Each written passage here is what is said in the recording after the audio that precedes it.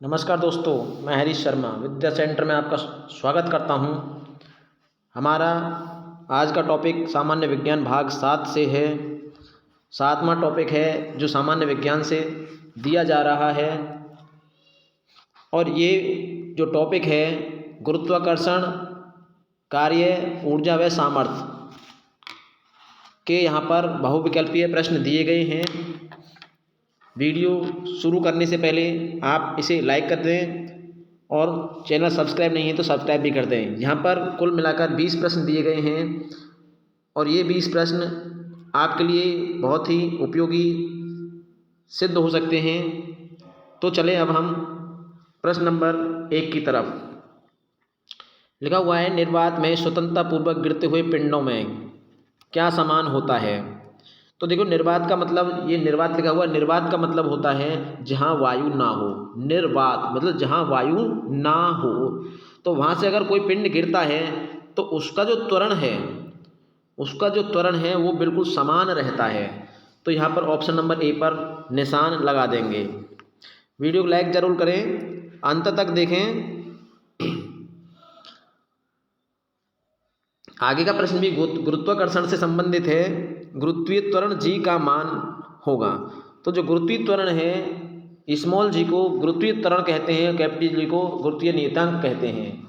तो यहाँ पर स्मॉल जी लिखा हुआ है और इसका जो मान है ऑप्शन नंबर 1 में लिखा हुआ है ध्रुवों पर कम होता है, बी में भूमध्य रेखा पर सबसे कम, सी में भूमध्य रेखा तथा ध्रुवों पर बराबर और डी में लिखा हुआ है इनमें से कोई नहीं।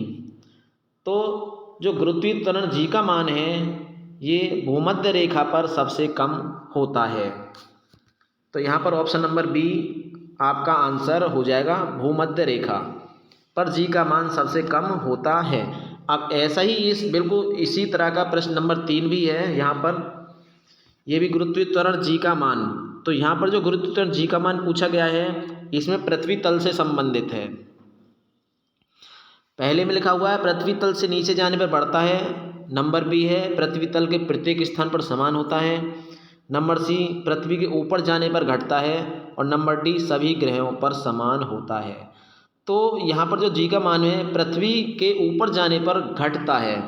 अगर किसी वस्तु को पृथ्वी से ऊपर ले जाएं तो वहाँ गुरुत्वीय त्वरण का मान घट जाएगा। तो यहाँ पर ऑप्शन नंबर सी सही रहेगा। चलें आगे प्रश्न नंबर 4 की तरफ। प्रश्न नंबर 4 20 प्रश्नों का यहाँ पर समायोजन है और ये 20 प्रश्न गुरुत्वाकर्षण, कार्य, ऊर्जा एवं सामर्थ्य विषय से लिए गए हैं। इनको देखना ना भूलें। चलिए प्रश्न नंबर 4 लिखा है, कोई वस्तु ऊपर की ओर उछालने पर, देखो ऊपर की जो ओर उछालेंगे पर गुरुत्वीय त्वरण किस दिशा में कार्य करेगा। तो जब ऊपर की ओर किसी वस्तु को उछालेंगे तो जो गुरुत्वीय त्वरण है वो उसकी गति के विपरीत दिशा में कार्य करेगा। गुरुत्व मतलब एक चुंबक होता है, तो जब किसी वस्तु को हम ऊपर की तरफ उछालेंगे तो वो स्वतः ही नीचे की तरफ आएगी और नीचे की तरफ आने का मतलब होता है कि जो पृथ्वी का गुरुत्व है वो उसे अपनी तरफ खींच रहा है। तो ये वस्तु की गति के विपरीत दिशा में कार्य करेगा। तो यहाँ पर ऑप्शन नंबर बी सही है, विपरीत दिशा में कार्य करेगा। अब बिल्कुल ऊपर वाले प्रश्न से ही आप समझ सकते हैं कि जी का मान पृथ्वी के ऊपर जाने पर घटता है। यानी जितना पिंड को हम पृथ्वी से ऊंचाई पे ले जाएंगे वहाँ पर जी का जो चुंबकीय रेखाएं हैं, जितने नजीक किसी पिंड को चुम्बक के पास लाओगे तो उतना मजबूत रहेगी और चुम्बक को किसी पिंड से दूर ले जाएं तो उतनी ही वो कमज़ोर होती चली जाएगी। यदि आपको प्रैक्टिकल करना है तो चुम्बक और लोहे को से आप आजमा सकते हैं। यदि लोहे को चुम्बक के थोड़े पास लाओगे तो वहाँ पर मजबूत रहेगी और लोहे को चुम्बक से थोड़ी दूर ले जाओगे तो वहाँ उसका मान थोड़ा घटता चला जाएगा।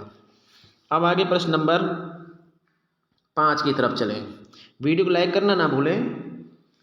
5 में लिखा हुआ है MKS पद्धति, मीटर किलोग्राम सेकंड। MKS पद्धति को कहा जाता है में भार का मात्रक क्या होता है। तो देखो ये जो पद्धति है मीटर किलोग्राम और सेकंड। इस पद्धति में भार का मात्रक न्यूटन होता है। अब आगे का प्रश्न है, कार्य से संबंधित है। इसमें लिखा हुआ है कार्य का MKS पद्धति, कार्य का MKS पद्धति में मात्रक क्या होगा। जो कार्य का मात्रक है MKS पद्धति में वो जूल है, और जूल जो है उसको न्यूटन मीटर भी कहा जाता है। न्यूटन और मीटर भी कहा जाता है जूल। एक जूल जो न्यूटन मीटर के बराबर होती है।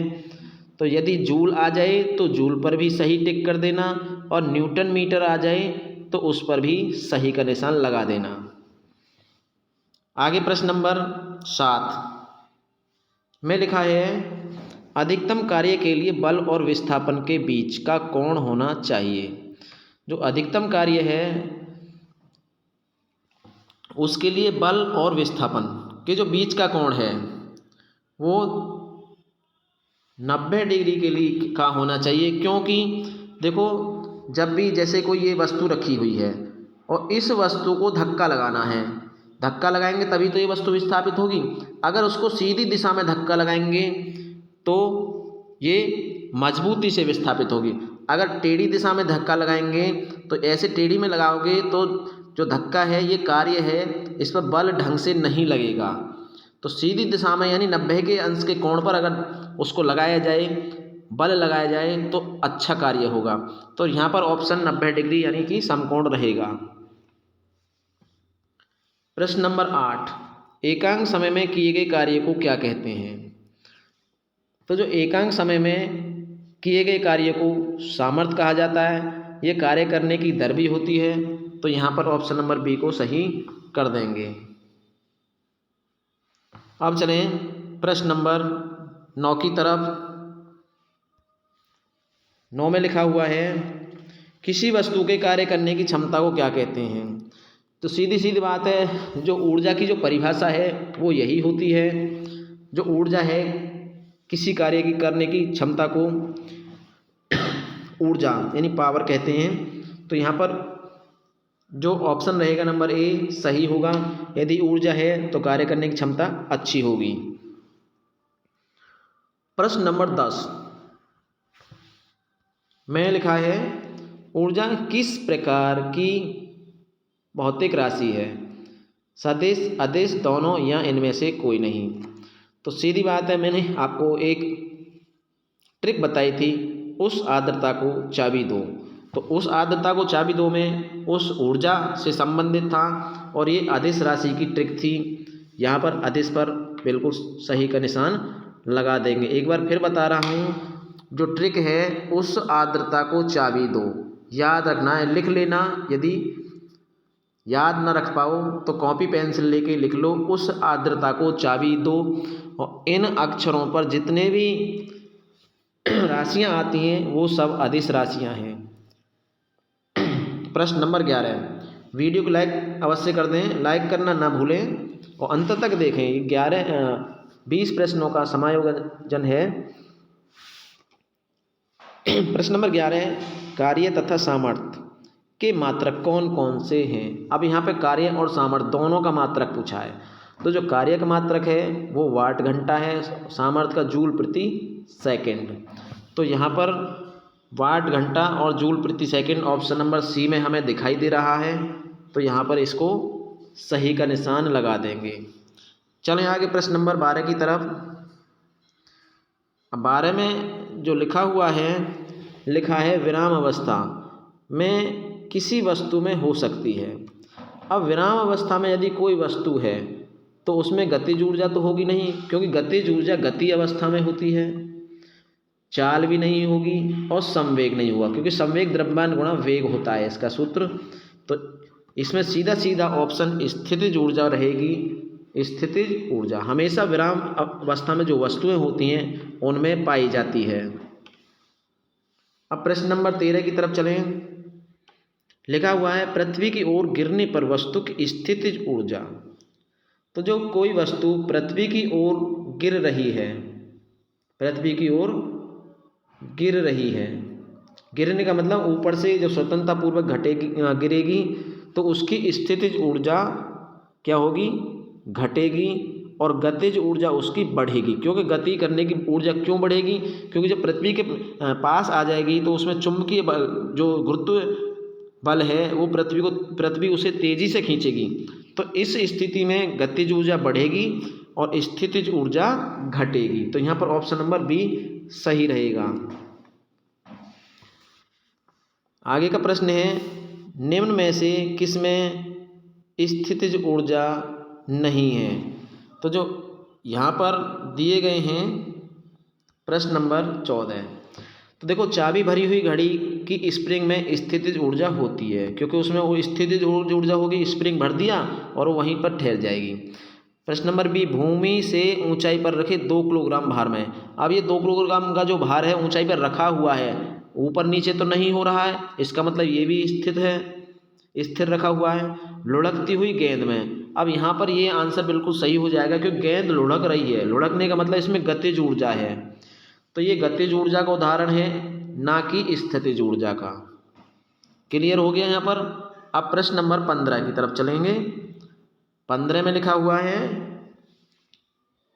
किलोवाट घंटा किसका मात्रक है। प्रश्न नंबर 11, किलोवाट घंटा जो है ये ऊर्जा का मात्रक है, पीछे भी आ चुका है प्रश्न, ऊर्जा का मात्रक किलोवाट घंटा। तो यहाँ पर ऑप्शन नंबर सी को सही टिक कर देंगे। वीडियो को लाइक करें, अंत तक देखें और अपने दोस्तों में भी शेयर कर दें। प्रश्न नंबर 16 की तरफ चलेंगे।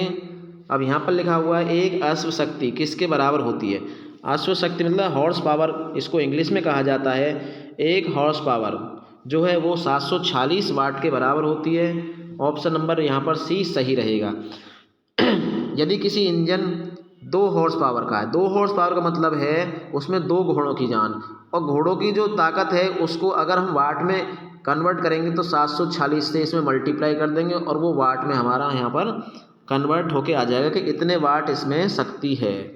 हॉर्स पावर का मतलब ये होता है अश्व शक्ति, HP लिखा हुआ देखा होगा वाहनों पर,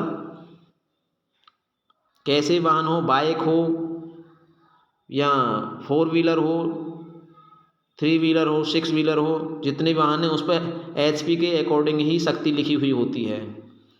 अब चले प्रश्न नंबर 17 की तरफ। प्रश्न नंबर 17 में लिखा हुआ है, सामर्थ्य किस प्रकार की राशि है। प्रश्न नंबर 17, जो सामर्थ्य है उस ऊर्जा उस आर्द्रता को चाबी दो। सीधी बात है, उस से आ रहा, तो सामर्थ्य जो है अदिश राशि है, और ये अदिश राशि के ही उदाहरण मैंने आपको यहाँ पर बताए थे। तो यहाँ ऑप्शन नंबर सी सही रहेगा। अब आगे का प्रश्न है प्रश्न नंबर 18, ध्वनि की चाल अधिकतम किस में होती है। देखो जो ध्वनि है